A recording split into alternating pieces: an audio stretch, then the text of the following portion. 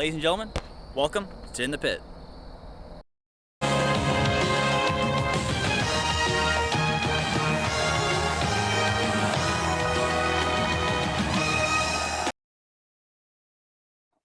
Ladies and gentlemen, welcome back to In the Pit. I'm Noah Shelton, along with the head coach of all of Gloomwood basketball, Dusty Perdue.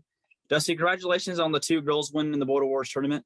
What were some keys to the wins, you think, in the two games on Tuesday and Wednesday? Well, I just felt like we played really well in spurts, and then in spurts we did not. I think we're still, we're getting off the lag of playing in Tennessee before Christmas and then only coming back and playing practicing one day to get ready for those games.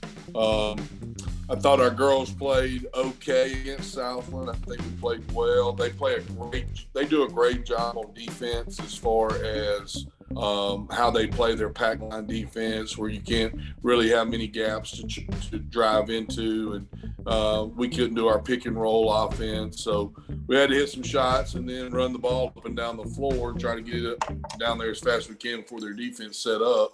On the boys' side, I thought we played really, really good for a half, and then we fell apart as far as offensively. And, Ron goes out in the second quarter, who's our second leading scorer and our main rebounder, and that was a big blow. And then Eli Devon scored no points in that game, and it was just hard to get him going. We tried to get him to hit some shots. And just, some days you're on, some days you're off. We didn't hit a lot of shots from the outside, and with their defense, if your post is not in there and you're not hitting some shots from the outside, it's going to be a long game. And they ended up pulling away from us in the fourth quarter. We get another shot at them in about a week at their place, which will be a hostile environment, tough place to play. And then on the next night, I thought we beat a really good, great Christian girls team who was undefeated coming into Border Wars. And Lee Scott beat them the night before, and then we had a chance to beat them the next night. So I thought that was a good gauge of where we are right now. I thought we found our identity a little bit that night, getting the ball up the floor and distributing the ball and trying to get to the basket as much as we could. And then our boys played without Eli and, played with Eli. And he had a good night that night shooting the basketball. Teron had a great night coming back off of his ankle, scored 23 points. And I just thought both teams that night played really, really well. And then on Thursday, we picked up a game against a very athletic Valiant Cross where Lucas Holman played really well, shot the ball really well. We played really, really good defense. Teron had a good night again in the post and on the board. So really proud of where we're at right now, getting ready to start the new year, which is the second part of our season. All right, speaking of the boys, against Southland on Tuesday, they scored 25. But in the next two games, scored 82 and 60, respectively. What was something you changed in offense? What was the key to almost tripling the production and points for the boys? Well, that's a good question that you would ask, but it also has to do with who you're playing against. Southland is undefeated. They're undefeated for a reason. Rundy does a great job with them. They play a special kind of defense, like I was telling you, pack line, that you're not going to get much cutting to the basket or driving to the basket, because there's always going to be somebody there. And if you can't hit some shots, then you're going to struggle on offense. And we did struggle on offense that night. That's why their scores are always usually so low.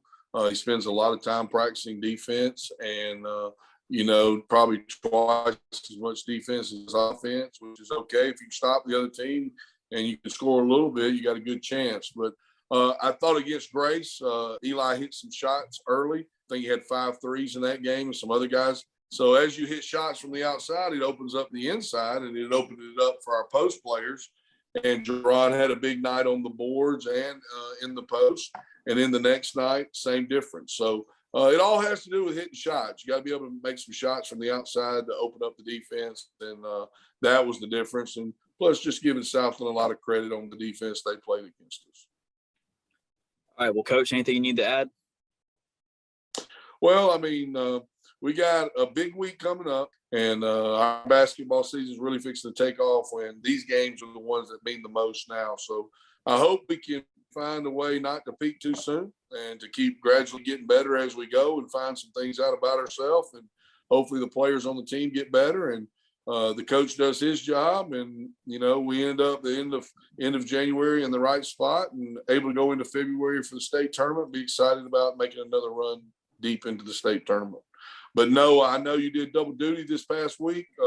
I listened to a couple of Mixler tapings. You did a really, really good job. You got a future in this. I hope you stick with it and find if it's either, if you don't have the face for television, you can be in radio.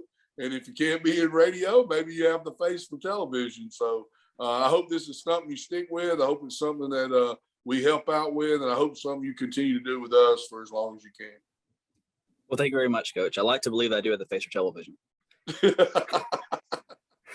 Nonetheless, Happy New Year. Your mom will say that for sure. That's for sure. Thank you very much for your time, Coach, and Happy New Year. Best of luck next week. Go Gators. Thank you, Noah. Happy New Year to you. Go Gators.